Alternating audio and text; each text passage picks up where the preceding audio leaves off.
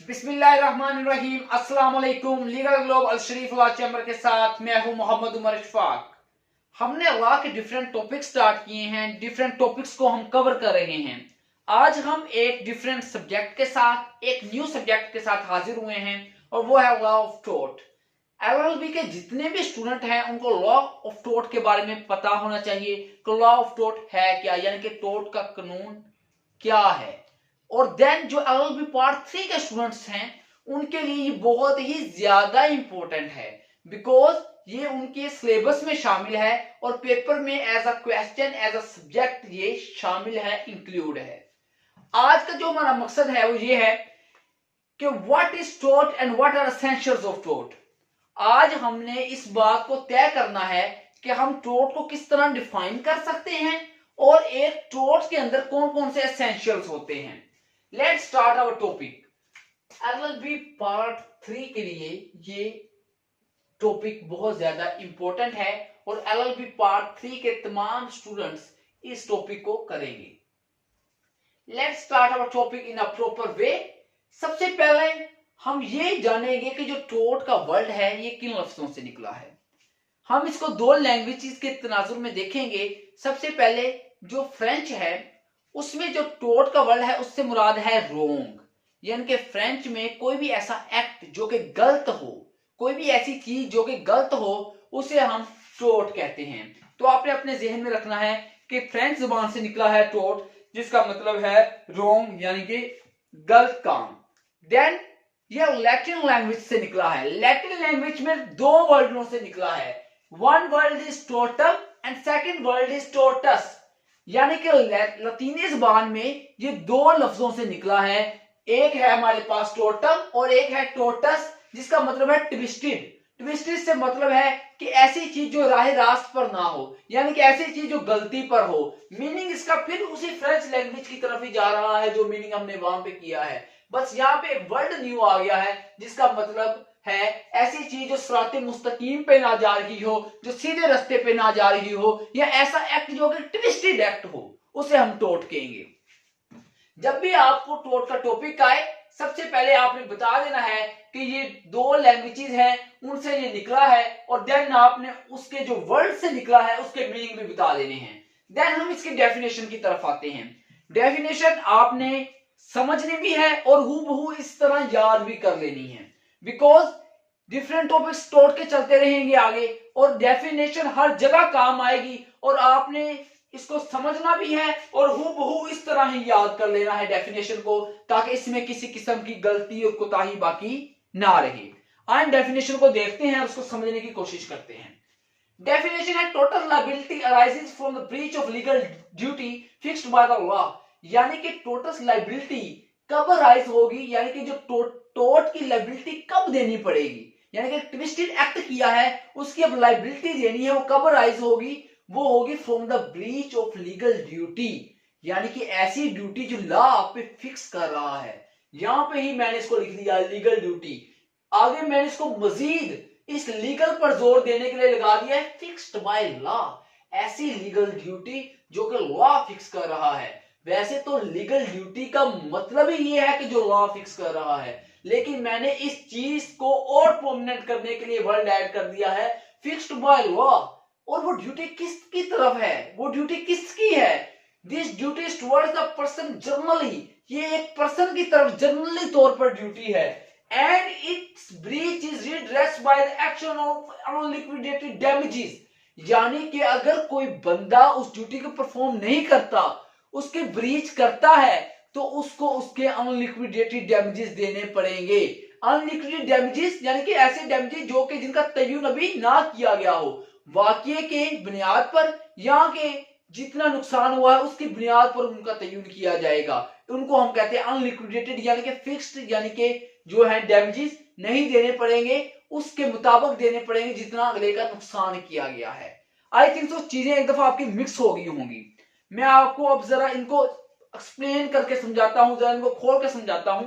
तो इसमें वो क्या कहता है कि टोर्टस लायबिलिटी अराइजेस, कि टोर्ट की लायबिलिटी तब अराइज होती है जब एक बंदा अपनी ड्यूटी को परफॉर्म नहीं करता।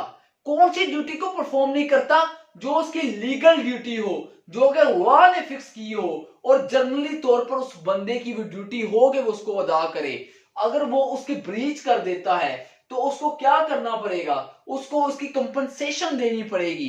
कंपनसेशन किस सूरत में देनी पड़ेगी, कंपनसेशन उसको देनी पड़ेगी अनलिक्विडेटेड डैमेजेस की सूरत में।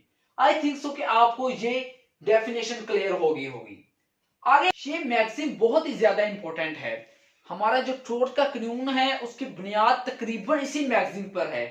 आप इसको टोर्ट के क्वेश्चन में, मजीद आने वाले टोर्ट के क्वेश्चन में भी कोड कर सकते हैं। आइए देखते हैं बेसिकली ये है क्या।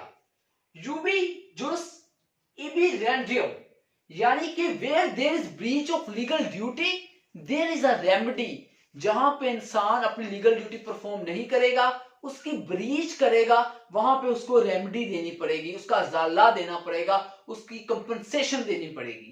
जोर से वर्ड में यूज कर रहा हूं, उन पे गौर करें, उनको मेमोराइज करें, याद करें। ये वर्ड ही पूरे टोर्ट के सब्जेक्ट में यूज होने हैं।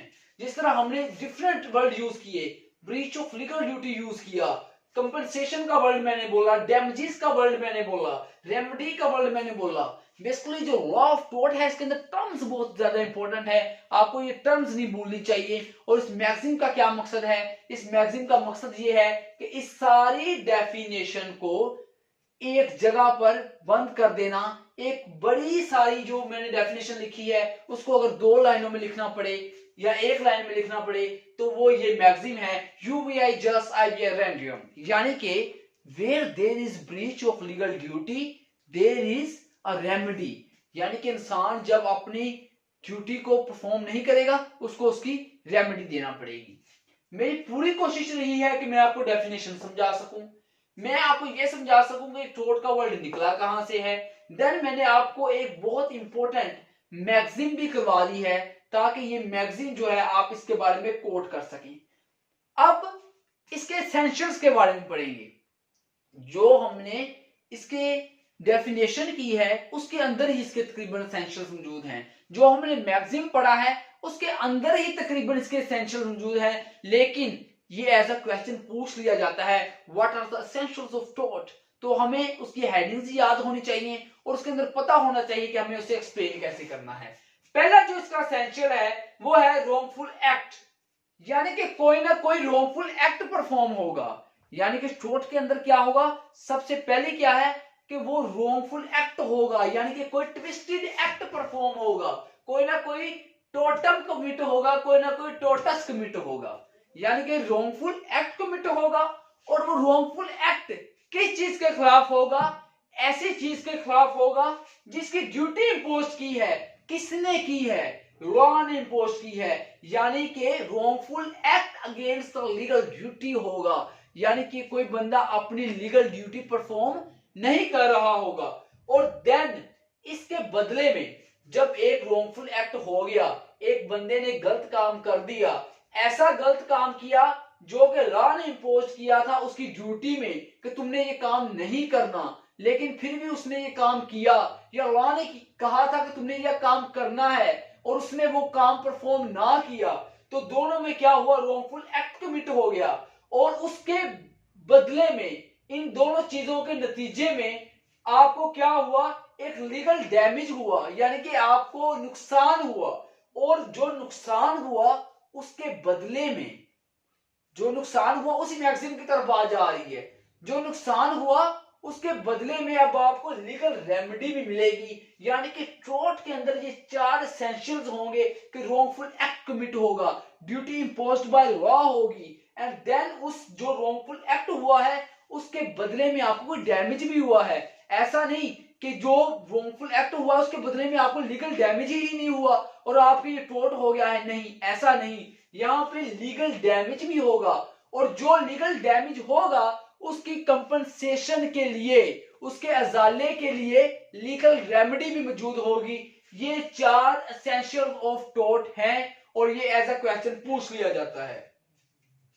देन जो टोर्ट है बेसिकली सिविल लॉ है, क्रिमिनल लॉ नहीं है। आपके जितने भी टोर्ट के केसेस होंगे वो तमाम के तमाम सिविल लॉज के होंगे, यानी कि टोर्ट क्या है, सिविल लॉ है। ठीक है,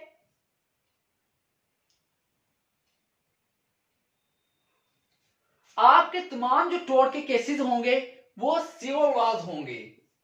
यानी कि टोर्ट क्या है, एक सिविल लॉ है, लेकिन तमाम सिविल लॉज टोर्ट नहीं है। यानी कि जो भी टोर्ट का लॉ है वो एक सिविल लॉ है, it's not a criminal law. लेकिन आप ये नहीं कह सकते कि जो भी सिविल लॉ है वो टोर्ट होगा, नहीं, ऐसा कुछ नहीं है। और दूसरी बात जो अहम है ये है कि ये टोर्ट का कानून है वो अनकोडिफाइड है।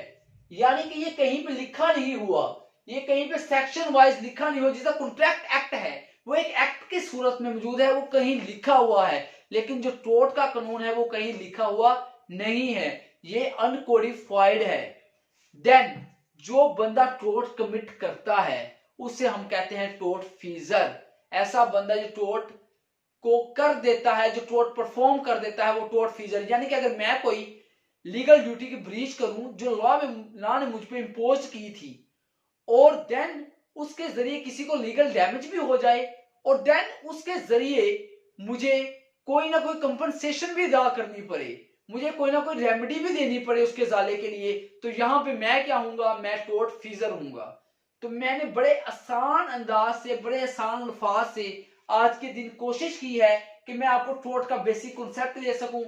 ये कौन से वर्ड से निकला है, इसकी डेफिनेशन क्या है, इसके एसेंशियल्स क्या हैं, देन ये एक सिविल लॉ है, अनकोडिफाइड सूरत में मौजूद है, और जो टोर्ट कमिट करता है हम उसको कहते हैं टोर्ट फीजर।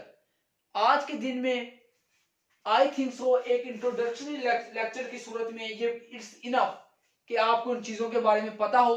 मजीद आपका इसके बारे में कोई भी क्वेश्चन हो, आप इसके बारे में कोई भी चीज पूछना चाहते हो, तो आप हमारे कमेंट बॉक्स में पूछ सकते हैं। इसके बारे में आप मजीद कोई वीडियो चाहते हो, उसका टॉपिक का नाम आप कमेंट बॉक्स में पोस्ट कर सकते हैं और हमें बता सकते हैं कि आप कौन से टॉपिक पे नेक्स्ट वीडियो चाहते हैं।